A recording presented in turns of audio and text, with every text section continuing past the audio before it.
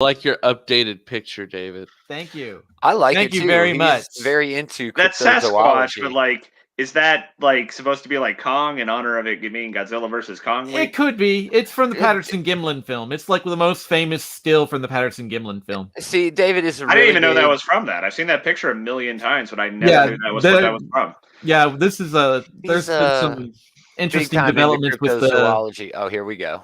Go ahead, Dave. The Patterson Gimlin film. The original has never been found, but the first generation copies, they found a first generation copy of it, and they were able to compile the 3 other copies together to form a more clear picture of the film.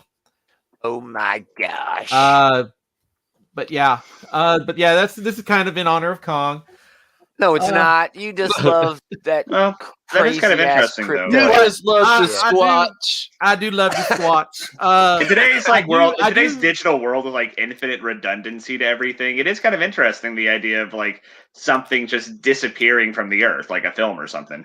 Like Trip to the Moon was like the first ever sci-fi film, and like they found that like in somebody's barn somewhere, and before that it was lost for all time. And that's actually a pretty important piece of film history right there. There's a film, it's European in origin. I forget where it is, like in Poland or something, that was like critical of Hitler in the 1930s, and it disappeared. Man. It did. They found that though. Yeah, they found that. Also, oh gosh, I have something else. Don't put a quarter in the jukebox if you don't want to hear the song. What? Don't put a quarter in the jukebox if you don't want to hear the song. I have found the marshmallow topped Reese's Pieces. Oh, I found those. Oh, Reese's Cups, not Reese's Cups. Pieces. I found those too. They're just okay. It's more of a white chocolate than a. Oh, that's lame. I have the bag here. I was going to do like. Yeah, I can tell you got the bag. Let's talk about what we're going to do in the show. Segment 1. I do have another question for segment 1. Ooh. That is pertinent. I have some mystery info. Dave, there's a new dinosaur discovered. We're going to talk about that because Dave is a dinosaur nerd. No, I might already have heard about it. You heard about it. It was last week. Well, it just happened. You don't have a Google set up for new dinosaurs? I listen to a podcast that has dinosaurs, and they talk about dinosaur discoveries all the time. Well, maybe I'm late then. Well, you can tell me. You can tell me what it is, and I'll tell you if I've heard. And I'll tell you how. You can tell me how wrong I am. We're going to talk about Heroes Reborn. There was a new trailer that came out. We're going to talk trailer. We're going to talk about DC and the cost of comics for a little bit. Nightwing's dog, and then movies. Holy shit, movies and TV this week. It was dope. Space Jam trailer. I got like 30 images from the Space Jam trailer. I have not seen the Space Jam trailer. I'm not as thrilled about the Space Jam trailer. Well, you can talk about that in a little bit. Watching it. Well, I don't think many people care about like the actual Space Jam movie itself, but it's quite the Easter egg hunt for all the different references to the show. Yeah, there's a lot of stuff I got some dope stuff. We are going to talk about Godzilla versus Kong, about who won, who lost, and all the good stuff. The fans won. And then Falcon Winter Soldier, of course. At the end, everybody got the rub. You know, everybody did well at the end. Everybody got a happy ending. We do have food news, and we're going to talk. We do have a moment of destruction this week as well. We're going to talk about Transformers comics. Very exciting. Not really. It's terrible. And then top 3. A pretty good batch of comics this week. A great debut. Holy crap. A blow you out of the water debut that I think is going to be on everyone's list. But yeah. Is it Marvel? It is Marvel. Okay, then it's probably my top 3. Because I did not get into the store in time. I did not like Silk as much as I thought I would. You talk about it in that section. Okay. We did get Tyrion last week. Just don't spoil it. Don't ruin it. We did get Tyrion Akira last month. It was great. It was. It was wonderful. It was a happening time. We are going to do the Fifth Element. Yeah. I actually watched that last night. It's wonderful. In preparation for this. Oh, we got some time. I'm going to watch it again. Yeah, I'm going to have to watch it a time or two. I love this movie. It's great. That girl does not age. Mila Jovovich does not age. She's great. This is like her first movie, wasn't it? It is. Yeah, One of her first ones. Like she was pretty young at the time, right? She's like 18, 16, 18 at the time. Us talking about Mila Jovovich. relatively ugly human beings talking about one of the most beautiful people on the fucking planet. But yeah, we're gonna talk about that next month. And top 5 comic book characters. That's what was decided. Is that what we decided? Yeah, we're keeping with the very broad categories here, and yeah, we're doing comic book characters next. I don't even know, man. I mean, doesn't everybody have the same top 5? The top 5. No, probably not. I would guess not, actually. People like. Since we're not doing like a specific publisher and we're not doing like heroes or villains, I mean, I feel your like we're gonna personal have top 5 is different from my personal top 5. I expect we're going to have a lot of characters show up in a lot of lists, but I don't think that they're going to be too similar. I think we're going to see some variety with our lists. We'll see. I'm sure Spider-Man will show up That's a lot. That's what I was going to say. Sure, Spider-Man's going to be I'm sure Batman will show up a lot. But, you know, the placement will be different, and some people will have characters that other people don't. Like Hellboy.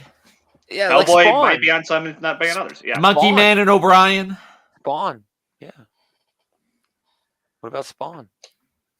I want to have Spawn on mine, but I like Quantum and Woody are dope, but you can only pick one. You can't have both. Cerberus. That's interesting. Like, what are you talking about? A character like, say, Blue Beetle might not make the list, and Booster Gold might not make the list, but I might have put them together if that was Blue and Gold. Yeah, if there was, well, duos. Like we can do comic book duos, but that might be a little bit too limiting because. Well, I don't know because Spider-Man got some dope team ups, man. Allie and Lisa. Who? Allie and Lisa. Sunstone. Yeah. Dude, that's a great pick, actually. I love that. Whenever I'm feeling down, if I just thumb through Sunstone a little bit, I start feeling better. I don't know what it is. I just hop on Cedric's Twitter. Oh, yeah. Dude, you know he gives away Sunstone. Yeah. There's just a link on his DeviantArt page. Click here, and you can download every PDF of Sunstone. Yeah. There's like 6 different trades. And he's got he's posting a lot of stuff. He's got like that new battle mech thing. Yeah. There's also a new intro this week. Ooh. I think everyone's going to be excited. Everybody but Taylor. That's fine. I think he's going to like it the most out of everyone here.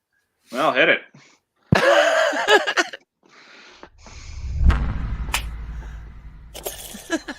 I like this intro already. This isn't it. It's long though. Watch Gomer's hair just bounce back. It does. It's not that long. I stop it right here. It does. You can see it. It is bouncing already. I mean, it's literally a matter of seconds for your hair to start regenerating. It's astounding. He's the real life Medusa. It's like a superpower. Dude, that was way back in 2014. Yeah, that was, man. That was a long time ago. That was Geeks of the Round Tables level stuff right there. Dude, that was even before it was all for ALS. Remember when the Cold War? Yeah, it was even before that. We gave to the summer literacy. Were we ever so young? I mean, I for wasn't. real. I'm younger than that now, I think. Greetings, geeks. Welcome back. This Geek Comics Hour Geeks Comic Book Shit Talk Show. Shit Talk Show.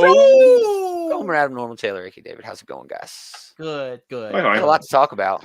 Yes, we do. But segment 1, anybody do anything cool? I went to the eye doctor and I've got new glasses coming. That's not cool. So you go to the eye doctor and then order them online, right? No, I bought them there. I used the stimulus check from Grandpa Joe. Oh, Uncle. I call him Grandpa. My great Uncle Joe. Grandpa Joe is a different guy. He's literally from Hee Haw or whatever. Or Grand Ole Opry. Isn't that his name? I don't know. I don't know, man. I didn't do shit this week except everything that we had to do for the show. And I barely pretty much. I've watched Jujutsu Kaisen up through episode 23. And how is that? It's pretty solid. I've been watching. It's enjoyable. It's basically emo Naruto, but I've been watching. It's worth a watch. It's pretty good. I've been watching Yashahime and Laid Back Camp. Oh, that's the sequel series to Inuyasha, right? Oh yes, Yashahime. Okay. Inuyasha was one of those things I just could never get into. It was. I really enjoyed Inuyasha back in the day. It was one of the first animes, that long running anime series that I did watch. I have a 26 episode rule nowadays in honor of Evangelion and you old bastard. Bebop. Who's got time for that? I have a question. Okay. Is Paul Bunyan and Babe, are they kaiju? Yes. Babe, I Yeah. think Or at least is. Titans. I don't think Paul Bunyan is though. Paul Bunyan would be a Jotun, right? I've seen Jotun. that thrown around, yeah, but to me, a kaiju has to be like an animal of some sort. Okay. I mean, that's probably not like a good official definition to use, but I don't know. I consider Babe a kaiju. Yeah, he's the worst. Babe's the worst fucking kaiju ever. That's why he's not he's around awful. in the movie. That's why he has. I mean, not that's why he everyone has gets to be the Paul king of the Bunyan. monsters. You know? Yeah, we're gonna have more on kaiju later. Anything else? Well, Anything yeah, great? obviously. But Great. Oh, shit, I can't wait. Anything else happen? Anybody? I didn't do shit. I've been.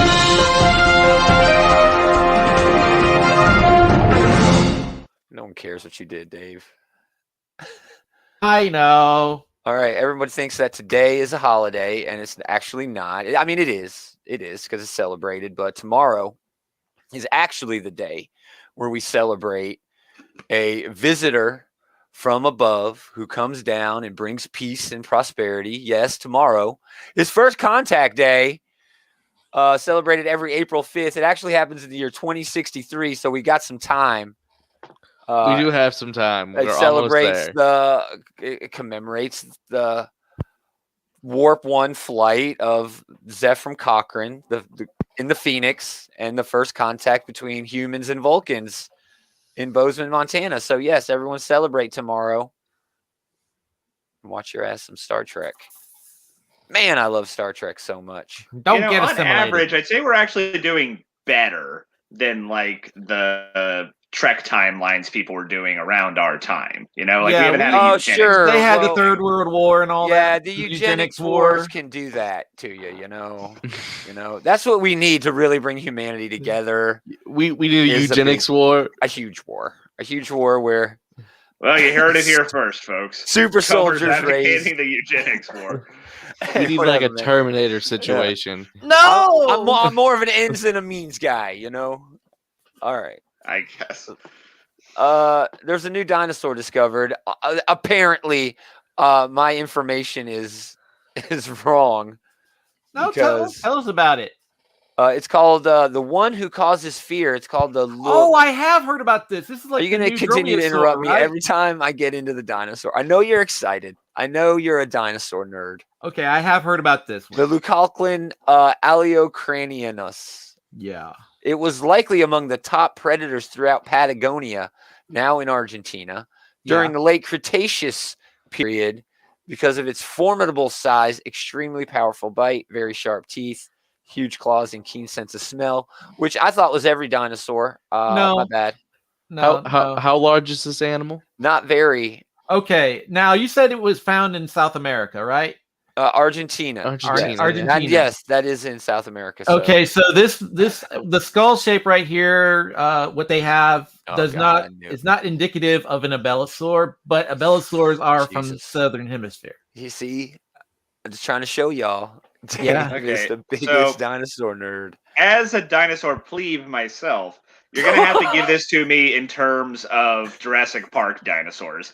Like, where is it on a scale from like a raptor to a T-Rex? Like, how big is it? Okay, did you watch Fallen Kingdom? No, I repressed the memory of it. So okay, there's a dinosaur. There's a dinosaur in Fallen Kingdom called a Carnotaurus. On the island, it was 16 feet.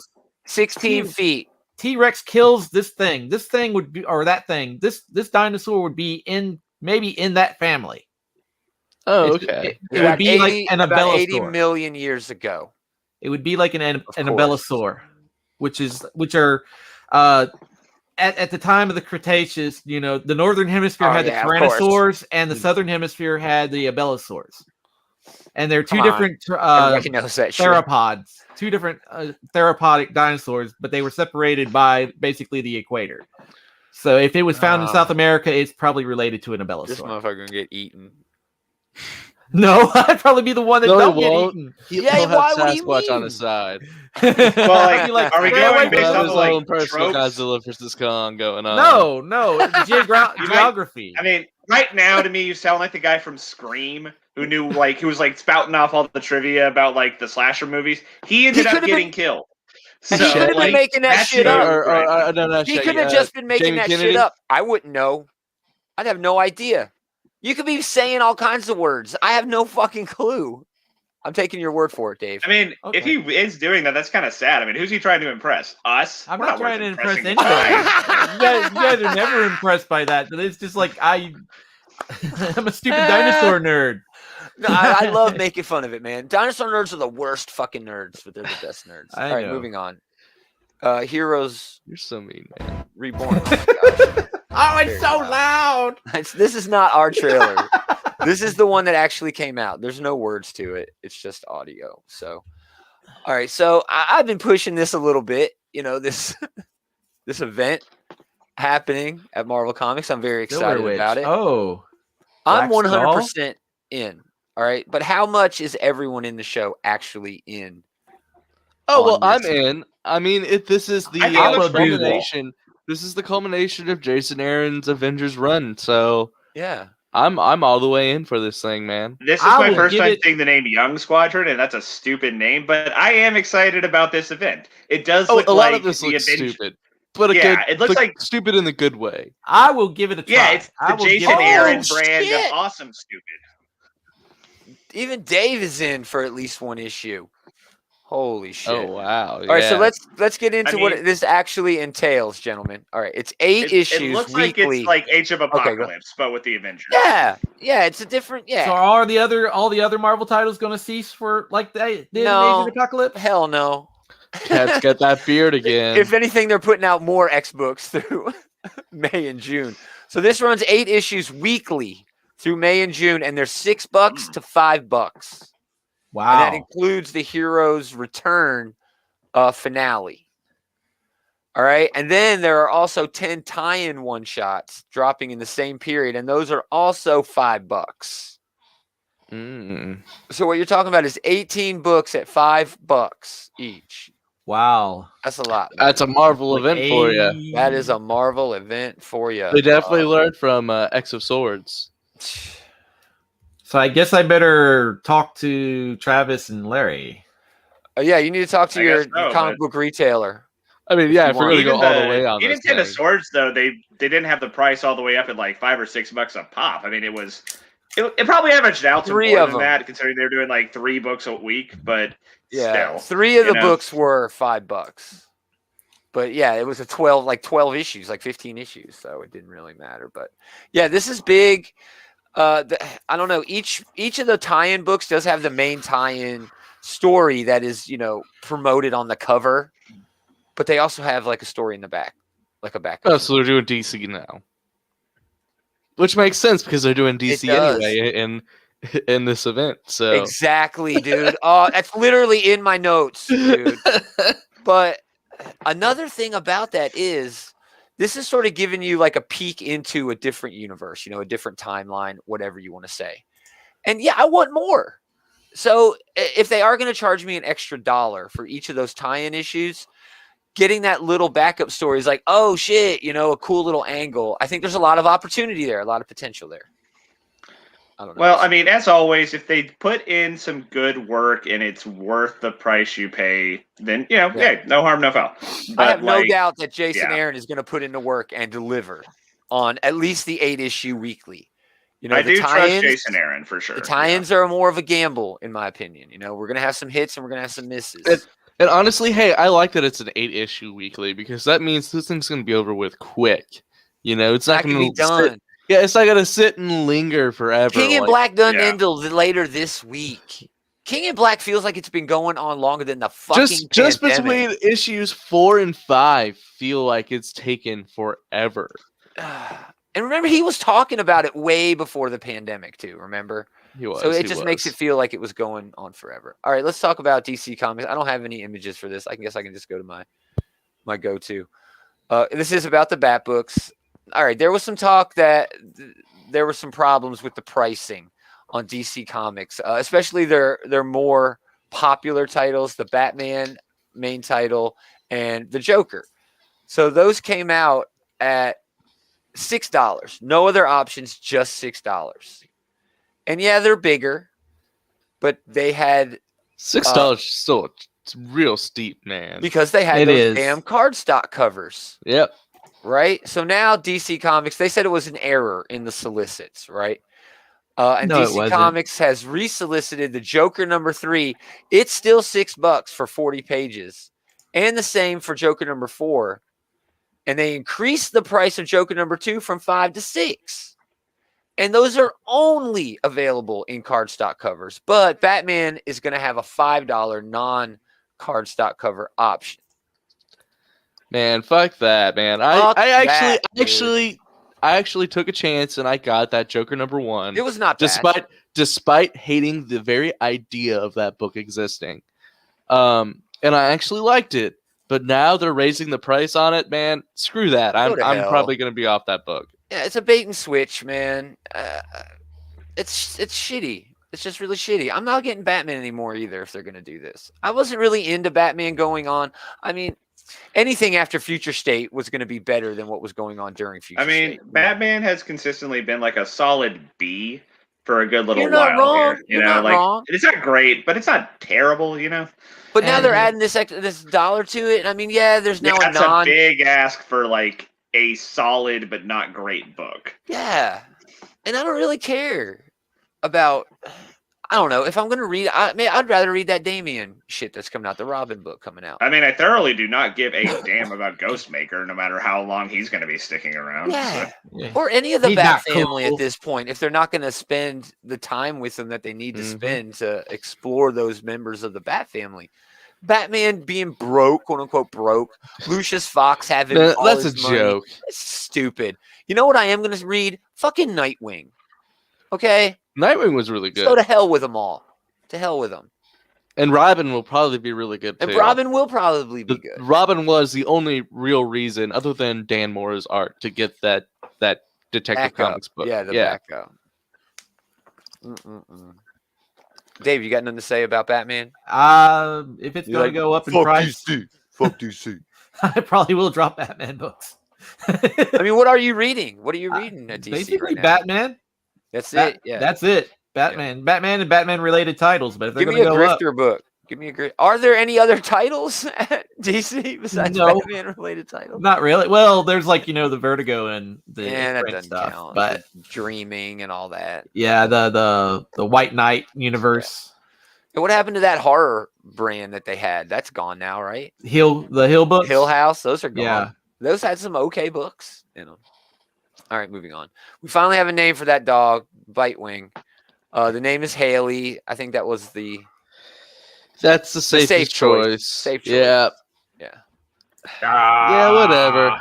I was neutral on this no matter what. Like, who really cares? Yeah. Yeah, I didn't feel passionately about any of the names. I probably would have gone with Blue if I had my choice. Yeah. Blue was my favorite, but you're my boy, Blue. It worked for Nightwing because he's girl, I think. Blue. He wears blue. He wears blue. Old school stuff. So yeah, there you go. I don't know if that matters or whatever. I don't know. The letter, we'll see. Yeah. The letter was fine. It was like, finally, I could finish this fucking issue. But hey, Nightwing was no pizza dog. It's no fucking pizza dog. Nightwing started off as a nice little glimmer here among some otherwise relatively bleak news for DC lately. So hey, that's a cute little bit of news from what is probably one of their better books moving forward. Yeah, the only problem I had with Nightwing is it kind of talked about things that it was fixing in terms of the Rick Grayson shit. But because I wasn't reading any of that, I didn't need it fixed. So it was kind of a waste of space for me in that book. But yeah, I mean, if you bowed out for all the Rick Grayson stuff, I did too. So yeah, I mean, I'm on it moving forward. I'll take your word for it. But yeah. I'm on it moving forward. All right, let's get into this. We're talking movies. First, Space Jam. Here you go. There's, of course, LeBron James and Bugs Bunny, famous. Hell yeah. It coming back, and here's another picture of Bugs. This is from Entertainment Weekly. But you'll notice this cast of characters behind all of these characters, right? Yeah. Oh, those there's are all the real different stars. kinds. Those are the real stars. There's Lola Bunny. I saw Captain America's shield a minute ago. So. Oh, yeah. Just wait. It's happening. It was revealed that Zendaya is going to have the voice or do the voice for Lola. Oh, of course. Cool, which is great. But yeah, I don't know if you see here, but there's Batman's Bat signal. Yeah. Basically, the premise of this movie is, which is revealed in the trailer, is LeBron James is chasing his son around a building, and his son gets sucked into a computer a la Tron, where they go to the world of Warner Brothers, where all of the Warner Brothers properties live. It's sort of like Tron meets Ready Player One meets a train wreck, where like you cannot look away, no matter how much you want to. And this is, of course, a sequel to one of the greatest alien sports movies of all time, starring Michael Jordan, a wonderful gambler. How many movies are on the list of alien sports movies, though? I don't know, but this is a sequel to one of the best. There's Arena. Ones, I suppose. I can't think of many others, though. I'm not wrong, though. I'm not wrong, technically. Sure, yeah. Don Cheadle plays the bad guy. Now, I want you to look, because this is where we start looking in the background. Because this is. Oh, I see Pennywise over there. This is Dr. Freeze. Yes. Yep. This is a monkey. Flying monkey from the Wizard of Oz. Wizard of Oz. If you look to the left of Don Cheadle, that's like Agent fucking Smith from The Matrix. All right. There's more. All right. Oh, there's Clockwork Orange? Yeah, these are the fucking rapers. No Pepe Le Pew, but these are the guys who literally home invaded and raped people. Yes. In a movie from the 70s. They got the kid from Mad Max. Here's Blue Falcon, if you'll notice. Yes, there he is. Over to the left, we have the Scooby Gang, the Mystery Machine. We do. It gets worse. It gets worse. Who are the guys in like the medieval gear here? Is that like Monty Python or something? I'm gonna assume that's Monty Python, but I don't want to make any guesses. I don't think it would be Monty Python. Why? It's pretty generic. Who knows? Well, a lot of this stuff is like either related to Warner Brothers or something. So I don't think it's for sure all of it's Warner Brothers. But yeah, I thought well, there's King Kong there. Because I think Monty Python is BBC. And I don't know possibly, the relationship. I don't know how distribution with that works, but yeah, I don't know. Kong. Yeah, we don't have to rely on just that because it gets worse. Okay, here's Penguin. But if you'll notice, there's two fucking penguins. There's the Danny DeVito penguin and the Burgess Meredith penguin. And the mask behind him. Yeah. Shut up about the fucking mask for a second. There's two penguins. What is this movie, dude? Multiple continuities? I know, it's rad. Dino, not Dino, but like the crane from Flintstones. Yeah.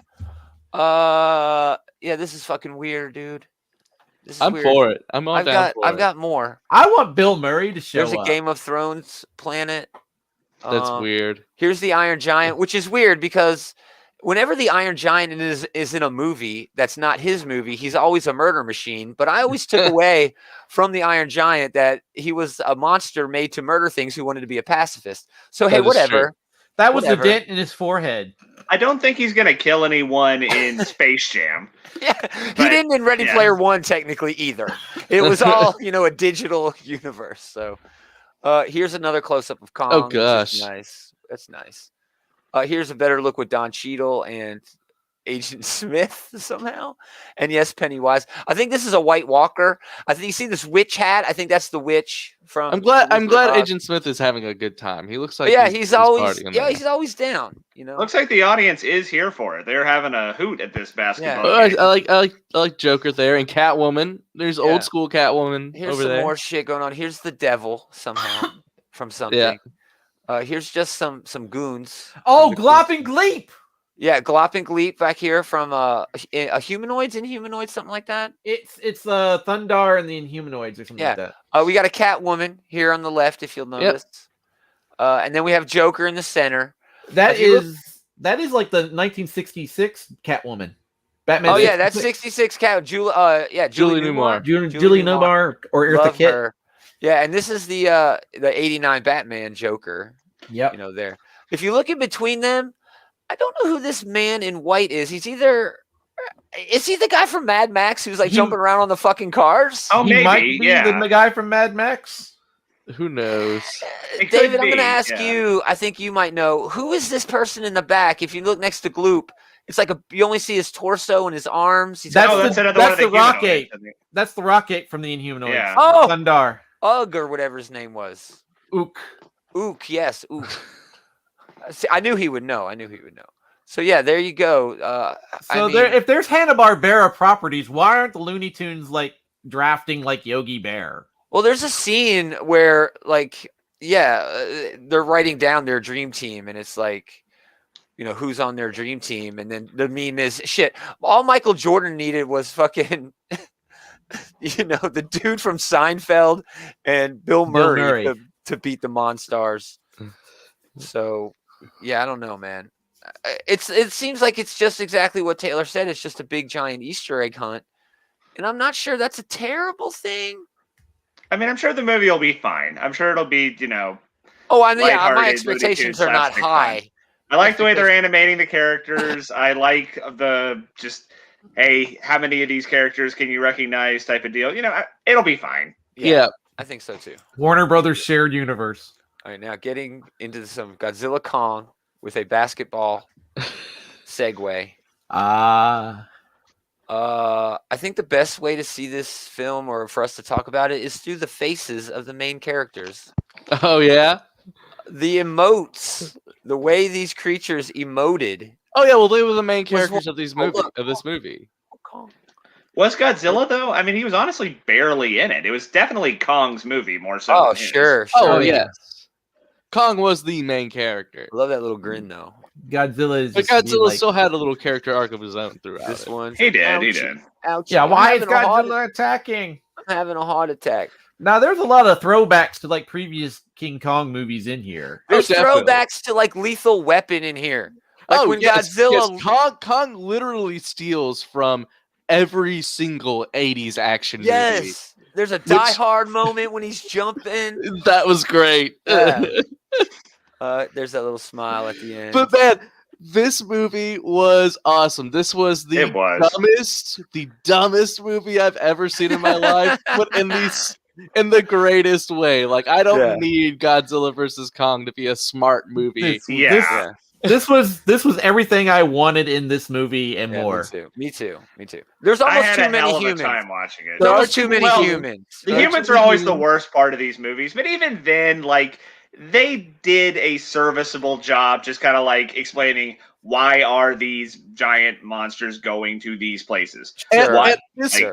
This movie just delivered on the monster fights. I mean, we got a 3-round fight for Godzilla versus Kong. I think we got a definitive winner. Godzilla kicks Kong's ass. Definitely. I'll talk about that in a second because it is. We get Mecha Godzilla, and we get Mecha Godzilla. We get Skull Chasers or whatever they are, and we get a whole new world of kaiju, that flying snake thing.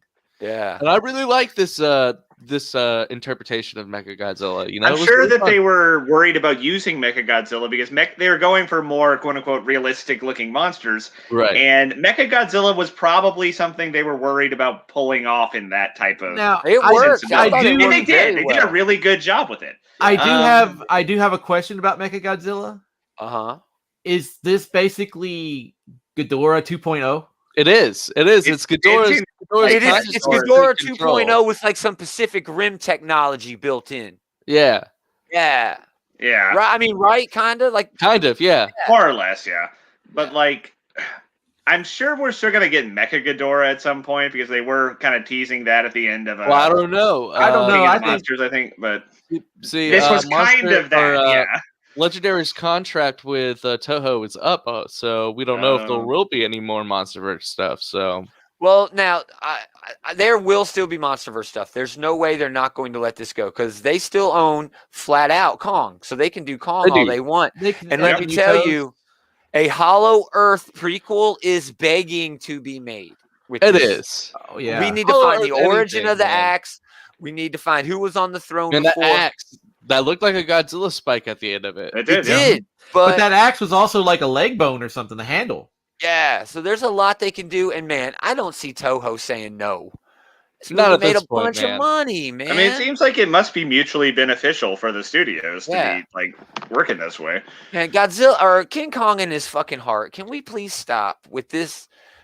I'm sorry, it's racist. Okay, we have this gorilla who keeps having who keeps having heart problems. The most in America where heart disease is the #1 killer. It kills African Americans, black people more than any other demographic. Fucking stop with King Kong and the fucking heart problems. I'm sick of it. Are you referring back to like King Kong Lives? Yes. Okay. And it's more than that. They've done it multiple times in the comics. Stop it with Kong and his fucking heart. It's ridiculous. They could have done 100 different fucking things. Well, they went out of their fucking way to have the humans have to save this motherfucker with their crazy space shit. But they wanted the humans to participate in some way. What the fuck are they going to do if Kong is bleeding out? But I get it. But we just got done fix the problem if it's But we just got done saying the humans were there for no other reason than to tell people who have not seen the movies that came before this what was going on. But if they're gonna be there, if you have made that call, if you pulled that trigger, the humans are in this like they were. They have to do something. The bad guys, like they were. That part worked. The bad guys, the mega corporation being terrible and stupid and dumb and shitty. Like most mega corporations are. Exactly. That works. But the other thing was bullshit. I hate that so much. Dude. They brought back Millie Bobby Brown. She's great. Human. She's awesome. And the kids that are around her, the dude from Deadpool 2. Oh, I love him. Yeah, that was him. My main complaint with the human story was that the two stories had nothing to do with each other. And Millie Bobby Brown's character's dad. He wasn't doing shit. He had nothing to do. He was there to take phone calls from his daughter, who was actually doing shit. Yeah, Monarch in general didn't do a damn thing in this movie. Nothing at all. They did not serve any purpose. It was silly, dude. It was silly. I mean, back to where we were starting, though. Who cares? Yes. Exactly. The monster fights were awesome. The boat fight was amazing. The parts we were here for. Destroying that fleet was fantastic. Yeah. Yeah. The stuff we were here for, they really hit the nail on the head with that stuff. Yeah. Like Godzilla. Like, if you're a fan of Godzilla or Kong, I feel like you're walking away satisfied because they both looked pretty cool. Well, here's the end there. Okay, Godzilla, yes, obviously won. He had his foot on top of the gorilla when he was on the ground. Okay, and his heart stopped. So, but unlike every other kaiju, Kong never kneeled. You know what I mean? He dropped the axe. He dropped the axe because it was sort of mutual. There was like a respect. I do agree. They definitely had the mutual respect head nod. It was like Rocky 2, bitch. It was like Rocky 2. It was so good. It was. Basically, but Godzilla's whole character arc in this movie was basically like, I am reminding all these motherfuckers who's in charge around here. That's why he's going around fucking up Mechagodzilla's pieces. That's why he's going around like, who the fuck does this goddamn giant gorilla think he is? I am wrecking his shit. Yeah. And then, like, at the end, it's like, like, hey, I know we just wrecked Mechagodzilla together, and, you're pretty cool. I like you. Yeah. You drop that fucking axe because I'm the goddamn king of the monsters. Yeah. Yeah, pretty much. And he did. So. But, Kong did get to do the killing blows on Mechagodzilla. Yes. So, exactly. So Kong did defeat a Godzilla. Sure. Man, there was some great stuff too, just with and I don't really, it's hard for me to say this with a straight face, the monster fighting choreography. It was, yeah. It was amazing. It was great. I watched a review of this pointing out that this is the first time they're not just having the buildings just collapse on impact. No, they're they're using the buildings for elbow drops, for Kong basically jumping off the Empire State Building to but this is battle axe. I like a lot of the camera places. I like a lot of the camera placements in the buildings. Like there was one scene where you had a camera in a window and Kong was shoving Godzilla's face through a bunch of buildings, and then he shoves Godzilla's face through the building where the window that you're looking at. It was great. It's very dynamic. But going back to what Taylor was saying, this is kind of an evolution of Kong's fighting style, because the 1930s Kong, his fighting abilities were based off of boxing when they did the model. And now so it's UFC shit. Now it's UFC shit. But yes, but we had, in this movie, Godzilla was basically the equivalent of an alligator or a crocodile. Not intelligent, but just had a lot of power behind it. And Kong demonstrated a lot of intelligence and a lot of tool making. That was the only edge that Kong had. Was that he can strategize. The whole was run away from Godzilla's laser beam. Yeah. Well, there's one point where Kong's on his back, on Zilla's back, and he's pulling his mouth, and then Godzilla hits the nuke breath, and he burns his hands. There's that. Oh, dude, it was very good. Very close attention to detail. I had a great time watching. My favorite part in the whole movie, though, was when Kong picked up his axe for the very first time, and Godzilla, in the middle of Hong Kong, just stopped whatever the fuck he was doing. He was like, "Oh, hell no," and just breathed fire straight down. Oh yeah, to the middle of the earth. Yeah, and then just roared down like "Screw you, Bitch! Kong." Yeah, and Kong just screamed up, "Bitch!" back to Godzilla, and it's like, man, that's the dumbest thing I've ever seen in my entire life. I love it. Okay, honestly, the best thing the humans did in this movie were serving as the hype men for Godzilla and Kong. Like, they're all like, "Yo, Kong's not gonna bow to no one." Kong's not gonna bow to no one. And just like, Millie Bobby was like, "Godzilla wouldn't just do this. Godzilla's got his reasons, Just... Yeah, dude, I don't know. The humans in this were the worst, dude. Just the worst. The conspiracy guy was literally David talking about his cryptozoology shit. They found him so easy. Dude, I know, right? But that's not the point. I mean, exactly. The Slugfest was awesome. Yeah, dude. Mechagodzilla was great. All the fights between Kong and Godzilla. Like, I appreciate that they declared, Godzilla won, but it felt earned, Yeah. Kong got in his licks. It was a good, even matchup for most of it. And I want that Hollow Earth prequel, man. I want to explore some of that stuff. That'd be dope. That'd be fun. All right, moving on. Falcon and Winter Soldier. This is a good segue. What's up with Madripoor? You talk about Skull Island.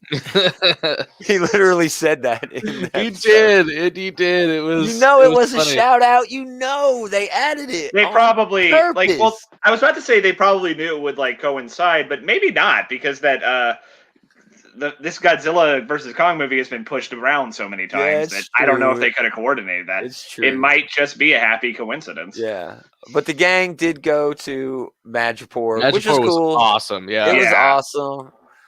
It was just fun to visit that place. Just because it's so infamous in Marvel Comics history, in the universe. Yeah, I think that was the big takeaway from this episode, is that it was taking us to a famous locale from the Marvel universe. We also went to Latvia, which is fun, just because going there teases Fantastic Four and Doctor Doom. At least Doom, yes. Maybe we'll see. Who knows if they show up, but it teases it just by going there. The big spoiler, though, is Ayo shows up. I think her name is pronounced Ayo. It's Ayo. Ayo. The second best Dora Milaje. I don't know where. They can't send Okoye to check in on fucking Bucky. She's got shit to do. Well, they're checking in on Zemo, though. Zemo is a big deal. Yeah, he killed the king. He did. But that's not the biggest Zemo news. The best part about Zemo is those dance skills, man. Oh shit! Yeah, look at him queuing it up. This has easily been the most gifable of all the episodes so far. Oh, that part. I saw the thing shared on the site where it was Zemo, Bucky, and Sam coming into Gangster's Paradise. That was pretty cool. That's great, dude. And that fight was dope. And where Bucky was sort of faking Zemo being in charge to earn some clout. Yeah, very well done. All kinds of super spy shit. But Sharon Carter, damn, she kicked ass in that port. Damn. Hell yeah, she did. Yep. Damn. And that was great, too. The whole setup where the dude's secret headquarters were, locating those things. I love that. And just looking amazing. Sharon is the power broker, right? Possibly. She at least works for them. I think she's the main dog, man. She's the big dog. Might be what they're building building up to, yeah. That'd be so perfect. That would be kind of an awesome twist. It'd be perfect, because the reason she's in all this shit is because she did the right thing. And now here's the new Captain America and newer Captain America just living life, having a great time, hanging out in Louisiana, hanging out in court-ordered therapy. Sharon's just got to live in shitty fucking Lowtown in Madripoor, and hopefully, I don't know. It kind of sucks. It feels like she was pushed into a life of crime, man. It does suck, but part of that is that was she blipped or not? I know that Sam and Bucky both were. She was not. She was not. Okay. And that was sort of part of it, She didn't get the attention that they got because they were blipped and then ended up going to the big fight. we continue to see where the lucky ones were the ones who got dusted. Like, really though.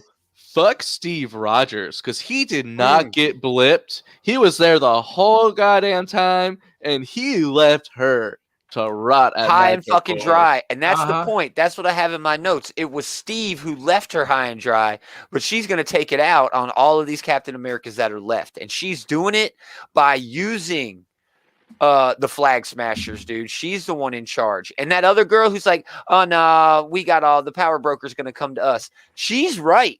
The power broker does have to come to them now, and Sharon ain't going to take that shit lying down. She's going to get what she wants, and it's all going to come to a head. Which probably, but we don't know. By this, it's got to be, man. But the Flag Smashers are so well. In this episode, they really crossed some lines. You know, they intentionally murdered a bunch of people who were helpless at that point. And one of them was kind of feeling bad about it. It feels like the group as a whole didn't cross the line. It feels like the leader crossed the line for the group. Well, I mean, this is one of those roads to hell being paved with good intentions type of thing. Sure. Where, they're really starting to get their hands dirtier and dirtier in the name of a good cause.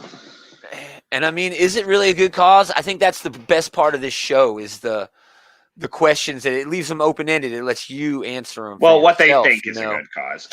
Sure. I do trust their sincerity, but that doesn't necessarily mean they are actually in the right, you know? Yeah, and I'm not excusing what they're doing, but I mean, they are kind of right. You know, it's impossible to deny that from a point of view, if you went through this thing where the blip happened and for 5 years shit actually got better because you were living in such a shithole that half of the assholes you were living with gone means you got it better.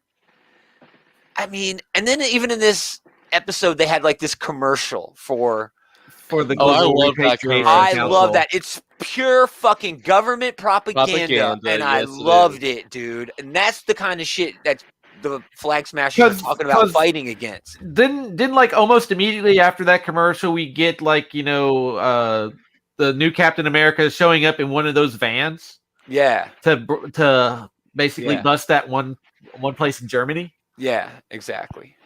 And man, he's so terrible. And I get it. He's I don't know why he's so hated. I guess I get why. But man, the MCU literally had a villain who wanted to destroy half of all life everywhere. And he's not nearly as hated as John fucking Walker is. The internet hates this guy. They do. Wyatt Russell, is getting death threats on the internet and shit. That's crazy. That's going weird, dude. What? Okay, that's bullshit. I mean, he's supposed to be an unlikable character, and if you don't like him, that means that Wyatt Russell is doing a good job. Don't watch wrestling. Any of you guys doing these death threats, do not watch wrestling because you are not going to get it. Nobody believes in wrestling anymore. Well, this is fake too. It's Disney Plus. What the fuck? It's fake. There are no Mighty Ducks. No one has ever done a flying V in a professional or amateur hockey game. Okay, it's never happened. They'll win. Yeah, Adam's one of them. Killed fucking Wyatt Russell. I mean, I seem like from a hockey standpoint, I feel like that's not giving you any sort of advantage to cluster all your players together. You just make it easy for the defense to stop you. I would think. Thank you. Taylor isn't even up on sports. I bet there's a hockey movie with aliens. Compared to the rest of this panel, I think I am the most up on sports. You couldn't even guess another alien sports movie. So it's not the same fucking thing. What other alien sports movie is there? Arena is oh yes, what the fuck is Arena? I don't even remember. Is Arena? Yeah, I don't remember Arena either. The Last Starfighter. I'll consider now that we have professional video games. The Last Starfighter counts. No, the Last Starfighter counts. Man, I got a great idea for a new Last Starfighter movie. I don't think it belongs here at this point of the thing, but I got a great idea. Let's get to food news. Yummy. An April Fool's Day joke that I gotta share. And here it is. Jolly Green Giant Peeps. Cauliflower bunny. That's so stupid. I had to steal that video and share it. That actually wasn't the worst fake food from April Fool's that I saw. No. What'd you see? It was Pizza Hut is entering the chicken sandwich war. And it was just it was a picture of like two like personal pizzas around like their wings. I would actually. I would eat that. If you're gonna use pizza as a bun, I'm down. It just depends on what you put in it. It has to be like a chicken parm sandwich. That would be good. With two pizzas. I think this was their wings, so I think it had like bones in it and shit. Nah, you can't eat a sandwich with bones in it. I know, but it was a fake sandwich. But that's the worst joke, though. It's not a joke. That's not even trying very hard. Maybe they were boneless. I don't know. Yeah, maybe. The news is though that birthday cake Pebbles are coming out. Oh. Pebbles bakes up new birthday cake inspired cereal. I'll give that a try. That might be okay. It's the 50th birthday of a Pebbles cereal. Really? It's been around that long? I know, right? Dude, I got some background to this. Just wait. This is fucking crazy. But first, this is coming out. It's already this week. A new limited edition birthday cake cereal. Oh, it's rolling out in April. Only while supplies last. Festive colors, blah, blah, blah.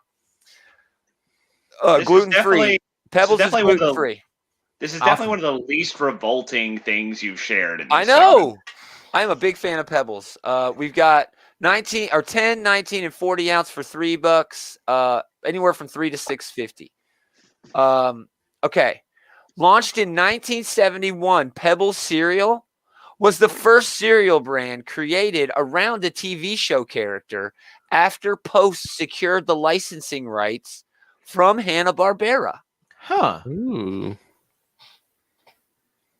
Because like it blows my mind. That's pretty interesting. You know, they like cereals did like I think Kellogg's has Tony the Tiger, but Tony the Tiger also had a partner. It was like a kangaroo. What does that have to do with anything?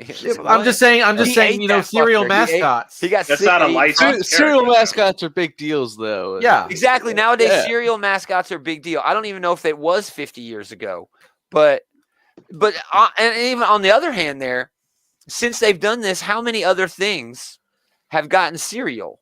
I think the most famous is the Batman '89 cereal, which was fucking delicious. It was basically just Captain Crunch in a different shape. In Batman shapes. Mr. T cereal was dope. That one moment from Pee-wee's Big Adventure. From Pee-wee's Playhouse, where his breakfast is eating breakfast. I would really like some Mr. T. I pity the fool. I pity the fool. I pity the fool. Oh, that's funny. But yeah, Pebble cereal. I'm getting it. I can't wait. I'll have a review. David, did you want to review candy or something? Oh yeah, that the marshmallow Reese's. Yeah, we talked about marshmallow Reese's at one point. Yeah, they are actually pretty good. It's white chocolate though. It tastes more like white chocolate. It does have a bit of a marshmallow taste to it, but yes, it's white chocolate. But that's kind of lame. I do like Reese's. They're not white bad. Chocolate's fine. Yeah, they're not bad. I just wish they wouldn't lie. It's not chocolate. It has a marshmallow flavoring to it. It's white candy. Okay. If you really want to get a marshmallow cup, get a mallow cup. Those are gross. Those are gross. Let's do Transformers. Oh, there was one book. Transformers number 28. Ruckley Malkova. Art was great. Art was fantastic. You know, no complaints there. There were some cool action scenes in this that Malkova really did a great job at. Oh, I've got him. Oh, yeah. So this issue is, I don't know. This is a weird issue. So it's mainly, the main thrust of it is Cyclonus just looking to beat the shit out of Six Shot because he blew up an old war memorial that Cyclonus was really attached to. Yeah, he was attached to it. Yeah. And the fight scene between Six Shot and Cyclonus was really cool. It was really awesome. Very well done. A lot of motion, very kinetic. Very kinetic. The rest of this issue, though, it's really weird because it's kind of, you have a bit of a time jump, and we get a lot of exposition thrown at us between this weird conversation between Refractor and Starscream, but we don't know it's Refractor and Starscream until we're like the very end, and the conversation's really hard to follow. It is. There is a cool scene where Swindle gets broken out of prison, and then he's going through prison and he's giving people deals to get out of prison too. Yeah. And he gives a deal to Bumblebee. But other than that, it also had this weird thing because it opens up with Cliff Jumper getting murdered. Cliffhanger always gets murdered. Yeah, of course he does. Nowadays. And we don't know what happens. But then at the end, Swindle shows us that there's a bunch of bots who are like in dream stasis, and Deathosaurus is dreaming over and over again about killing Cliffjumper. Yeah, and it has nothing to do. And it has nothing to do with the rest of the story in the issue. Yeah, but a book's in it for some reason, and it's really weird. I don't know. Brian Ruckley just does not know how to write comic books. He does not know how to structure or pace them. Yeah, so it's just it's a slow burn too. Like things are happening, and if you read this book in chunks, it's like okay. But the chunks needed to come more compressed and more, it's too slow of a burn, man. It's too slow of a burn. Way too decompressed. And ugh. Oh, it's almost there. It's almost there. But it's been 28 fucking issues plus now, more than 28 issues. I know. And that's what pisses me off about it. Like that Cyclona 6-shot stuff was great, but the whole rest of the issue just was shit. I don't know. There was Megatron in here too for a little bit talking about Termigax, or they were talking. It's just all over the place. We don't need you to recap what happened 3 issues ago. Get the hell on with it. Just get on with whatever you're telling me. And at least Cyclonus did something. You're right. That was cool. Finally. But now he's doing something else. 6-shot, always getting out of trouble. Oh, Pyromagna's out of jail. He's like, Pyromagna. Murder 6-shot anyway, and then go murder Pyromagna if that's what you want to do. I did like that one 6-panel page where Cyclonus was talking to whatever North Star or whoever, whoever that was.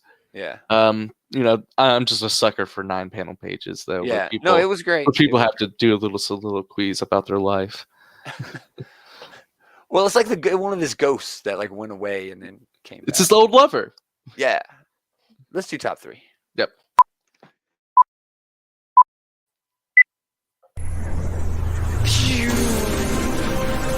Man, where should we start? I think we start with Adam. Might as well. He's on a roll talking about Transformers. I think you should go. Well, Transformers is not in my top 3. It better not be. We have to take a vote. Okay, so I'm gonna do an honorable mention. Flash 768 or whatever. It was okay. Wally is the Flash again, even though this issue is about him trying to give up being the Flash.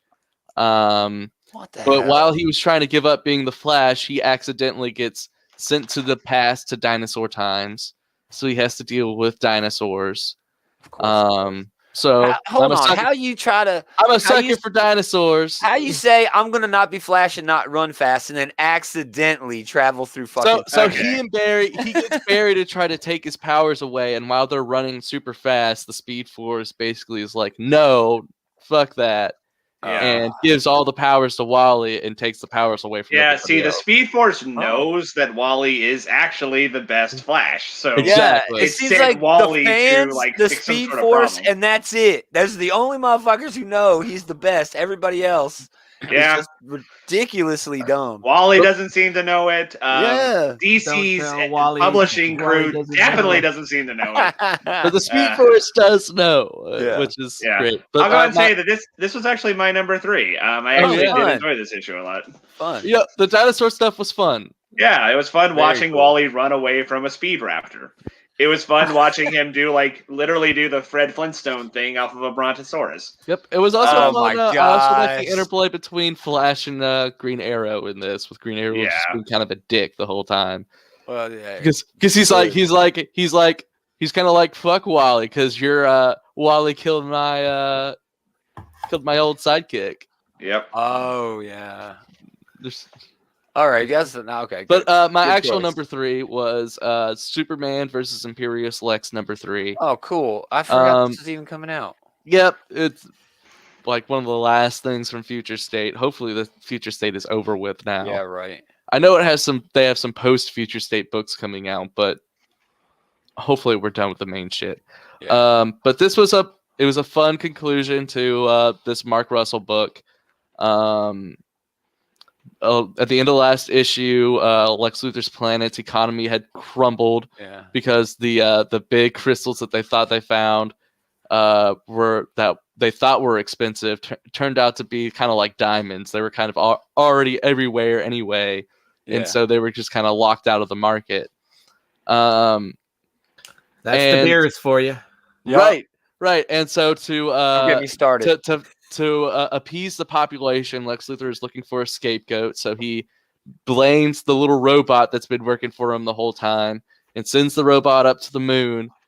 And while the robot's on the moon, he's like, Lex Luthor had to have sent me here some way for some reason because he's my creator. He has to love me, so I love him. And while he's up there, he finds the robots from the first issue that were destroying planets for Lex Luthor, and he rebuilds them.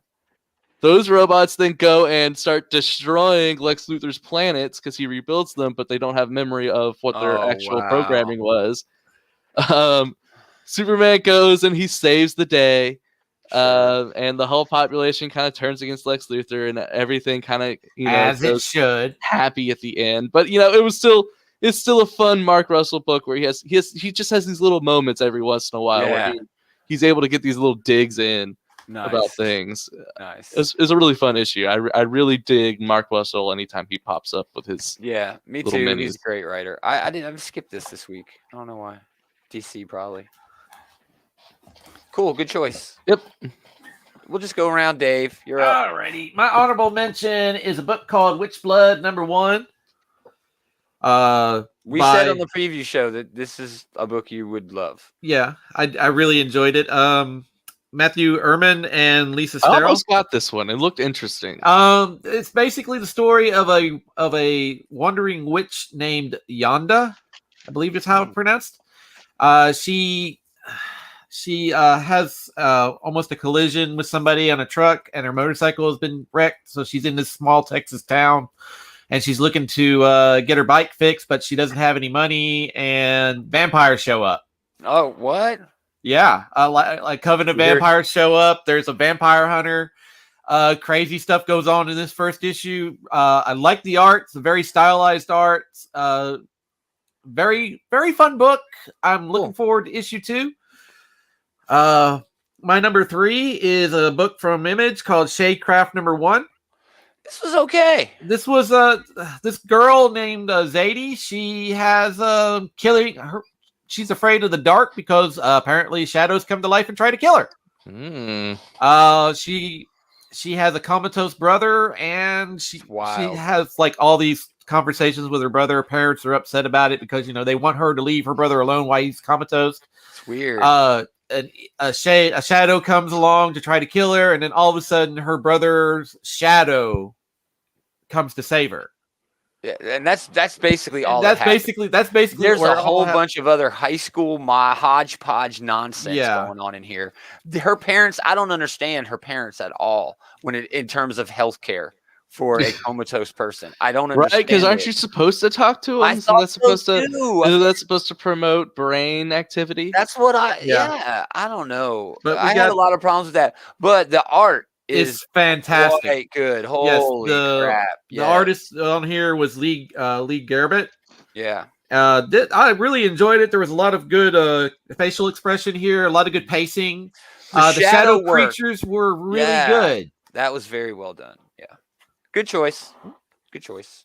Not much else to say, though. Nothing fucking happened. No, it just kind of establishes that world. Yeah. Good choice. Tail on number 3. Honorable mentions. I'll do an honorable mention for Strange Adventures number 9 to 12. I know you guys are off this. You guys are kind of off Tom King in general, but I've enjoyed this as kind of a examination of what sort of things people do when they're at war. Because it's an examination of is Adam Strange really a hero? Because he's had to do some fucked up things. And here they show him doing a fucked up thing where he basically unleashes a gas attack in an enemy city and then leads them into an ambush and things like that. So I should go back and give this another try. I think it's at least as good as Mr. Miracle. I love Mr. Miracle. For whatever that's worth. I really like Mr. Miracle quite a bit. But hey, enough on that. And we already talked about my number 3. It was Flash.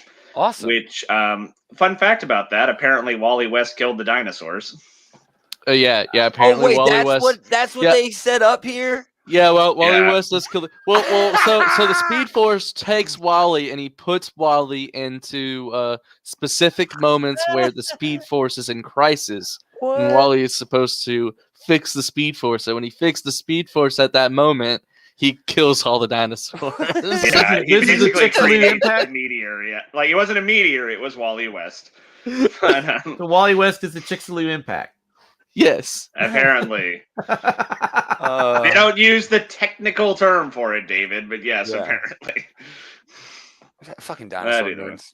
My honorable mention is The Other History of the DC Universe #3. John Ridley, Giuseppe Camuncoli, Andrea Cucci. It's a timely issue, sort of a spotlight on AAPI characters within the context of DC history. You know, anyone who's paying attention to the media, Asian Americans, Pacific Islanders are in the news right now because people are racist, fucking shitty assholes. So this book's really coming out at a good time then, yeah. It covered, you know, the DC history from like 19 something to 80, you know, the 80s, early 90s. And of course, the biggest moment at DC Comics was probably this one. And I thought it was depicted or at least copied very well, you know, so that's basically right out of the damn book. But with the backdrop of everything else, you know, this book is talking about is just beautiful. So awesome. My number 3, though, is King in Black Ghost Rider #1, Ed Bryson, Juan Figueri. This isn't really a King in Black tie-in. Yeah, there was goop. Yeah, there were dinosaurs or dragons or whatever the fuck. Ghost Rider was hanging out with, you know, everybody else who Ghost Rider's been hanging out with throughout Ed Bryson's, you know, run. But this really felt more like a way to wrap up what the writer had done with this character without actually doing it. Mephisto's back on the throne, basically. Oh no, not Johnny Blaze anymore. Not Johnny Blaze. Danny Ketch, who is now called Death Rider, talked him out of it because they're hunting Lilith. That's what they were going to do. I need to stop Lilith from taking the throne. And Danny was just like, well, why don't you just let Mephisto have the throne back and let him worry about Lilith, because he's already been fighting Lilith, you know, for, you know, a millennia or whatever. So kind of a cop-out, kind of weird. It does open up for a new, man, what the hell was that book back in the day with Ghost Rider and the team? And Books of Vengeance? No, it wasn't that. It was like the something. Anyway, it Spirits opens it up. of Vengeance. It maybe. I don't think that was it. Either way, it opens it up for a dope team book if they decide to go that way. Good art, okay story, but Mephisto being back on the throne should be a big deal moving into what we. It is a big deal because Mephisto's been the main bad guy of the Avengers book that they've been building up. So I'm sure the timing isn't a coincidence here. Exactly. So yeah, number 3, King in Black Ghost Rider. #1, pretty good. Cool.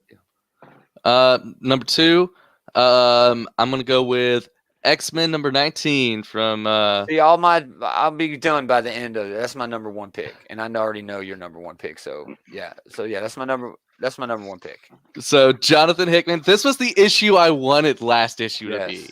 Honestly, you can kind of skip the whole last issue, and you wouldn't miss anything.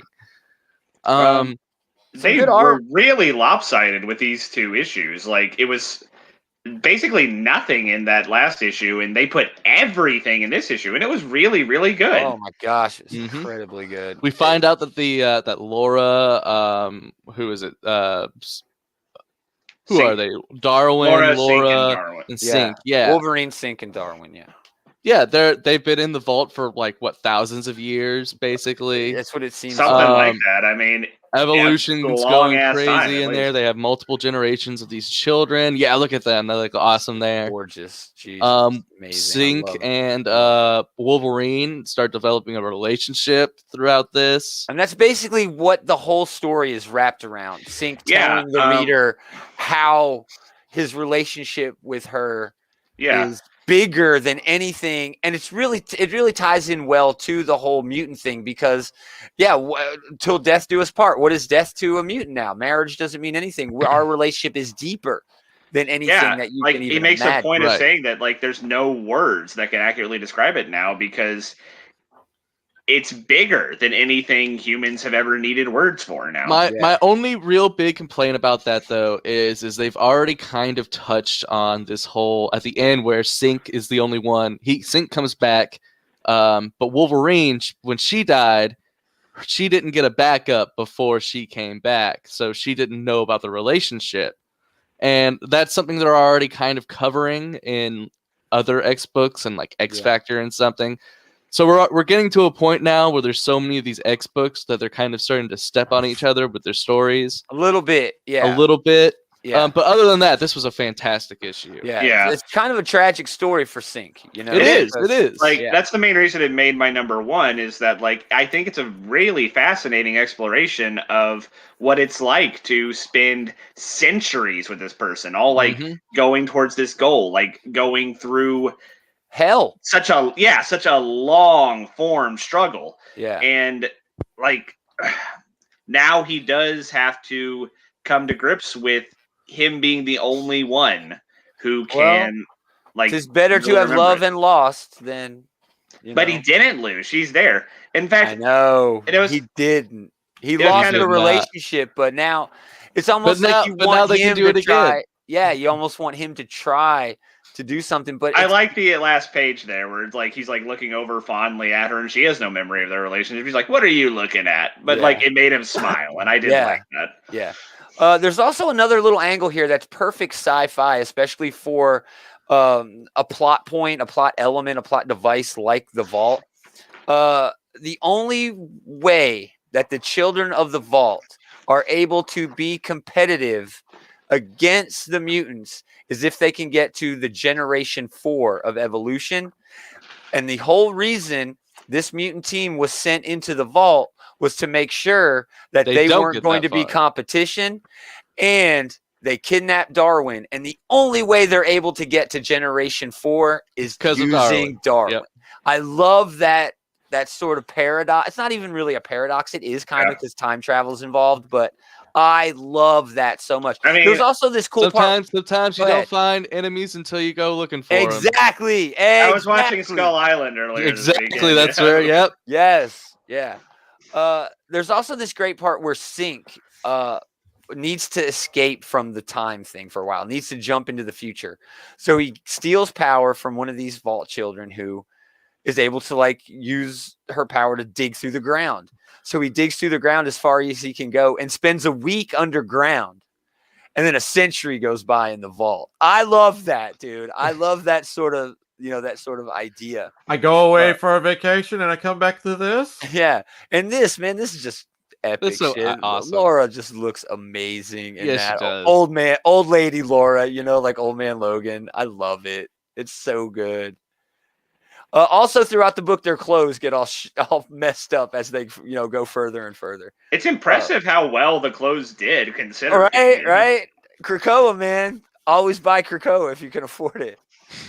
That was my number one book. So that was Adam's number two. I think we're up to David. Was that your number one as well, Taylor? It was my number one as well. Yeah. Nice. I think we're all gonna have the same book. Yeah, I think I know what everybody's number. Go ahead. It probably would be mine, but I couldn't get it this week. Oh, that sucks. My number two is Crossover. Nice. Good issue. Solid issue. Good issue. Lots of stuff happens. The Paybacks, Madman, LAV, they all go to Denver and they encounter the Amalgams, which are all these superheroes who've been cut up and chopped up and sewn back together by the government. Yeah. They kick their ass, though. Oh, they do. They kick ass. Yeah, they whip their ass. So Ellie gets Valifax, and she sees both God Country story and Madman story going on. Yeah, the thing about Valifax, he's the god of blades, so he's able to see every sword in every universe at the same time. And he also shares that information with who's ever wielding the sword. So when she gets it, there's this beautiful 2-page panel spread, and it's just scenes from beautiful from both comic book series. It's well done, and I love that little nod at the end of it where she goes, "Oh my, I know kung fu." Yeah, very cool. Very cool. But then there's also an explosion, a sabotage at one of the holding centers. Yeah, it was very Dark Knight-esque, where the prisoner had the bomb implanted in them. Yeah, and they broke out a bunch of superheroes. Of superheroes, and our little girl, the main Ava. Ava, she's going ballistic, and little preacher boy gonna blast her with the gun, the anti-hero gun. Yeah, that's all coming together. Madman is like, don't do it, and I can't stop you, and he's like, I can. But yeah, solid artwork, great storytelling, a lot of action happening in this book. Really progressing it now that they've gotten back to Denver, and we're going to have real superheroes showing up and helping out. And maybe we'll see a crossover go where like Ellie go into the comic book world. Yeah, we're gonna see. We're not sure what's gonna happen yet. We're not sure, but this is a great build up. Yeah, very good build up. It's still going. This all went a little bit too fast for me. This issue, like you said, a lot of things happen, but it feels like, man, this is all gonna have to come to a head pretty fast. You know what I mean? Or dragging out the events of what we saw in this issue isn't really gonna make for a good read. So they're going to have to get to everything pretty quick, which honestly worries me, because where are they going to go after that? This is an ongoing series. This is supposed to go on for a while. So I don't know. We'll see. Good pick, though. Thank you. Amazing art. Taylor, did you already call number 2? No, you called your number 1. Oh, my number 1. My number 2, though, was Captain America number 28. Oh, cool. This series, I think, has been mostly solid, but something I really appreciate about this one is that the crux of what the villains are doing right now is that they are basically indoctrinating people through the internet.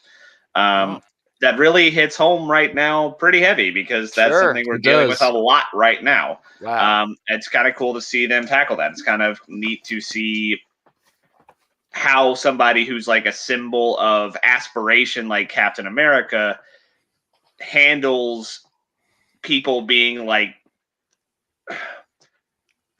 sold on this notion that basically, but like they're being sold on this notion that like, hey, you were great all along, but society is working to keep you down, and like how Captain America can like combat something like that will be interesting to see pan out. So that is this he's Coates' run is ending on this soon, isn't it?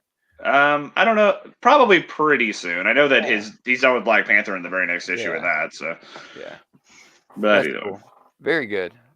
I should go back and pick this run up from Coates. Just give it a try. Cool. Back to me, number 2, and this is Adam's number 1. Beta Ray Bill number 1. Danny Warren Johnson. Taylor, I am so sorry you couldn't pick this up. This is my number 1. No, is it really? Really? Yes. Holy shit. I really enjoyed it. Honestly, Taylor, if you'd have gotten this, it would have been our first unanimous. Because there's no way in hell this was the surprise of the week. Yeah.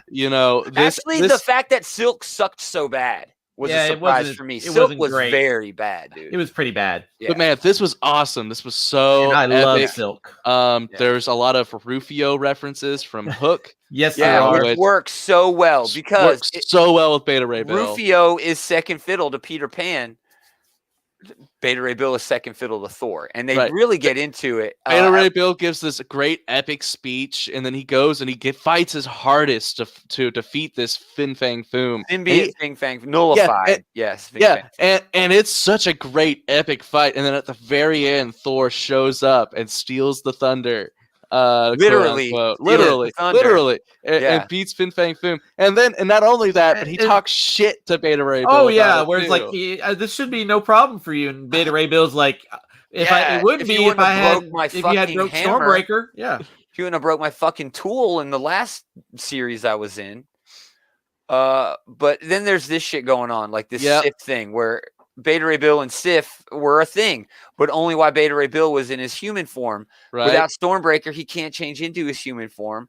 So Sif don't want nothing to do with him. Well, they go to have sex in this issue, and she's like, "Well, can you change back to your other form?" And he's like, "Well, I can't now. I'm stuck like this." And so she doesn't. I'm not even gonna say it. She doesn't really say no. But he does leave on his own. But it kind of kills the mood. Yeah, it does very much kill the mood. Him and Thor are going at it. And so on top of everything else, Thor's cock blocking him now. Yeah, it's more than that. Sif is kind of an asshole, kind of mean, dude, cold-blooded to this guy. I mean, get it. He doesn't look the same, but Beta Ray Bill is not the sexiest comic book character. Well, if that's what it's all about, Sif, Beta Ray Bill don't need you. Okay, that's what I'm going to say. And that's kind of all about. Beta Ray Bill kind of says that though, because at the end of the issue, he gets on his ship and he's like, "Screw it, I'm out of here." Him and Scuttlebutt are out. So I don't you guys really know. I'm going home. Yeah, I don't really know how great the rest of this series is going to be, but this particular single issue of Beta Ray Bill might be my favorite single issue of anything that I've read in a while. Dude, it was because an exploration of prejudice. It was kind of. Yeah. It was wonderful. And it really ties into to Falcon and Winter Soldier, to what Falcon is kind of feeling a little bit, sure. You know. A little bit of imposter syndrome. Yeah. But not really, because he knows he's worthy. He's just not getting the credit from the people who are supposed to be giving him the credit for it, you know? Yeah, Beta Ray Bill kind of feels the same way too. He has that line in this too, where he's like, "Well, I know I'm good enough, but you came and you stole it at the end." And Mike Spicer's artwork with Beta Ray Bill just works. I loved him in Extremity. I loved him in Murder Falcon. Danny Warren Johnson. Yeah, Warren Johnson did the art for both. Yeah, Spicer just did the colors. Yeah, Spicer's the color. Is it? Yeah. Yeah. Oh, then we're okay. Yeah. I thought he was the right. I thought Johnson was the writer. No, he's writing and doing the art. Johnson's writing and doing the art, and then Spicer's doing the colors. All right. But look at that. That Fing Fang Foom is like reaching out of the damn panel. Same thing with the finger here on this lower panel. It's wonderful art.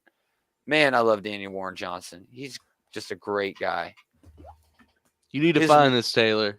His Murder Falcon, even if you get it digitally, dude. His Murder Falcon is dope. If you can find that at Image Comics, it's so good. And he's did that Black Label Wonder Woman book, where it's like post-apocalyptic Wonder Woman. It's the one where Wonder Woman got the Superman spine and made it into a whip. Oh yeah, I think that might be it. I think Dead Earth. Yeah, Dead Earth. That's the one. Yeah, it's very good, man. I think we're done. We are done because Taylor already did the X-Men. Beta Ray Bill was my number one. That's David's number one. Taylor's number one was X-Men, and I think that's your number one. It was my number one. Yeah, and Taylor, I so wish you'd have gotten a copy of this because it would have been your number one too. But dude, it really would have been. I really enjoyed it, and for me to enjoy and put a Marvel book, it's not. That usually doesn't happen. Yeah. So awesome. Thanks for listening, everybody. We appreciate it. Keep hanging out. Go to where's it at? I got it here somewhere. OutrightGeek.com's got all of our links, Patreon, different shops you can go and buy, Outright Geekery swag. Mm-hmm. All of our social media links and shit are up there. Go check them out. Keep coming back to this channel, especially the Facebook channel. The Bullies are up tonight. Man, it was so weird. We did the top 5, TV shows. And my buddy Adam, I've been friends with this guy for like 20 years. He's the godfather of my kids. He's like, man, I was talking to him on the phone. He's like, man, I really love, watching your show. That top 5 was so great. He's like, and I especially like it when the comic book bullies are on. And I'm like, thanks, man. I appreciate it. That's awesome. So yeah, check them out. I like it when they're on too, though. Yeah, I really do. I just, why'd you have to do that? And he's like, yeah, man, they have a great show, man. I'm like, thanks. I did have a good time talking about the TV shows. I especially liked how I accidentally stepped on the Simpsons pick that Leroy made eventually before he made it. Yeah.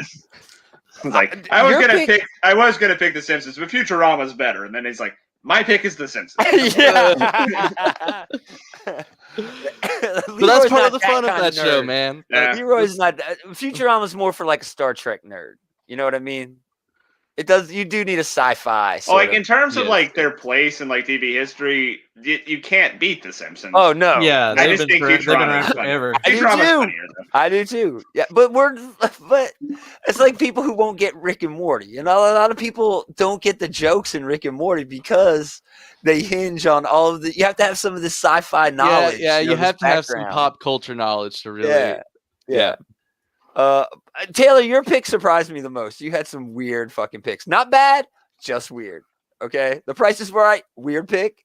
Not bad. I like it. Weird. I like it though. That's a great I wanted a game show. Fucking weird as hell. Not bad. Now, did you go with like the Bob Barker era, or did you go with like the Drew Carey era? No, I mean, I don't think I was specifically thinking about Drew Carey, I guess, but I'm not quibbling about that. Man, you cannot, Dave. All right. Well, if I was going to pick a game show, I would probably pick Jeopardy. Yeah, that was my Jeopardy's fine. I mean, it's an institution, but it's just question and answer. Price is Right has like variety to it. Sure, yeah, true.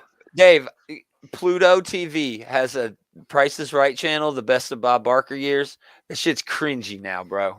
It's so cringe. That is an old man. You keep bringing this up, man. I can't help it, dude. They need to have a movie about all the sexual assault this dude did. It's insane. It's insane. So check out all those links. Thanks for hanging out. We also got Big Willie doing all kinds of shit throughout the week. So just keep coming back. Keep checking us out. Yep. Thank you so much for hanging out. This is the first Tuesday of the month, so that means that assuming Jules is in a place that has internet. He doesn't communicate. That's actually a big if these days. He doesn't communicate. He doesn't. Assuming he's in a place that he has internet, we are gonna do Market Rate, our wrestling show this Tuesday. Tuesday, yeah. Yep. We'll definitely have the preview show tomorrow. We'll have Fifth Element coming up in April for Geekterion, and top 5 comic book characters with the bullies at some point later this month. So yeah, thanks everybody for listening. Most of all, thanks you guys for hanging out with this guy. Thanks for having us. Anytime. We're gonna do it again next time. Same Geek time, same Geek channel. I really don't think it's cool to do Fat Albert anymore.